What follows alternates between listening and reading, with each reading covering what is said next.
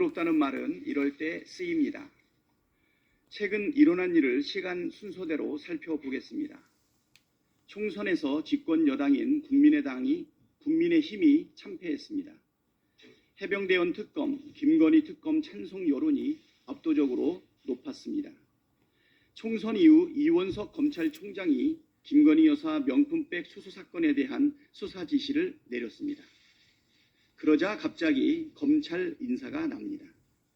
김건희 수사를 담당하던 송경호 서울중앙지검장이 사실상 좌천되었고 이원석 검찰총장의 참모들도 줄줄이 다른 것으로 발령이 났습니다. 그리고 어제 김건희 여사가 무려 153일 만에 공개석상의 모습을 드러냈습니다. 참 경고롭지 않습니까? 검찰총장의 동의 없이 진행된 검찰 인사가 김건희 여사 수사를 막기 위한 것이었다는 방증 아닙니까?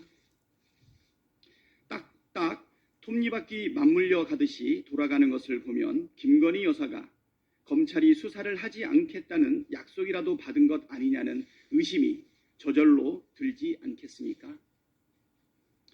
제가 보기엔 오얏나무 아래에서 가끔 고쳐 맬 게 아니라 오얏나무 열매를 미리 따놓고 가끔 매는 척하는 것 아닙니까? 김건희 여사 수사는 윤석열 정부의 불공정과 검찰의 편파 수사를 보여주는 대표 사례입니다. 야당 대표와 야당 인사들에 대해서는 수백 회씩 제집 드나들듯 수시로 압수수색하는 검찰이 대통령의 배우자의 굵직한 의혹들, 주가 조작, 명품백, 고속도로 노선 변경 특혜 의혹에 대해선 사실상 수사를 방치해 왔습니다. 대선 이후 단 한 차례도 소환이나 압수수색이 없었습니다. 대통령은 거부권까지 행사하며 노골적으로 배우자에 대한 비리 혐의 수사를 거부했습니다. 그러니 특검을 해야 한다는 여론이 높아지는 것입니다. 불공정으로 쌓아올린 권력은 모래에 의해 지은 성과 같습니다. 허물어지는 것은 시간 문제일 것입니다. 내일은 5.18 민주화운동 44주년입니다. 대한민국의 민주주의를 위해 희생하고 헌신하신 광주 시민들과 민주주의를 위해 싸워주신 모든 분들에게 존경의 마음을 담아 감사드립니다. 우리가 누리는 민주주의는 수많은 분들의 피와 땀 위에 만들어진 것입니다.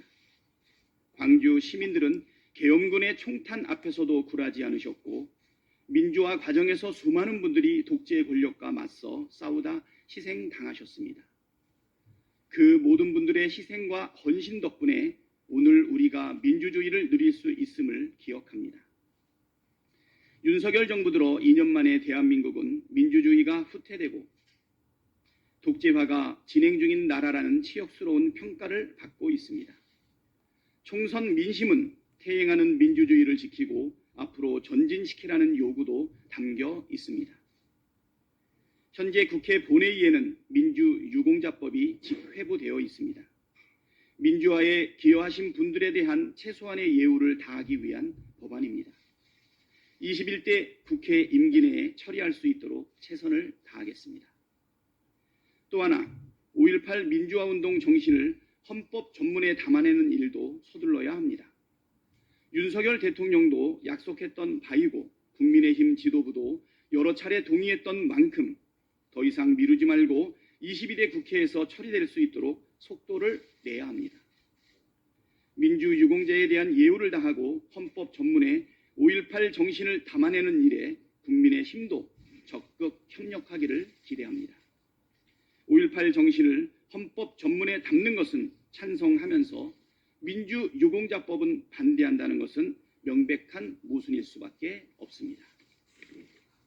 민주유공자법에 대한 태도가 국민의힘의 진정성을 보여주는 지표가 될 것입니다.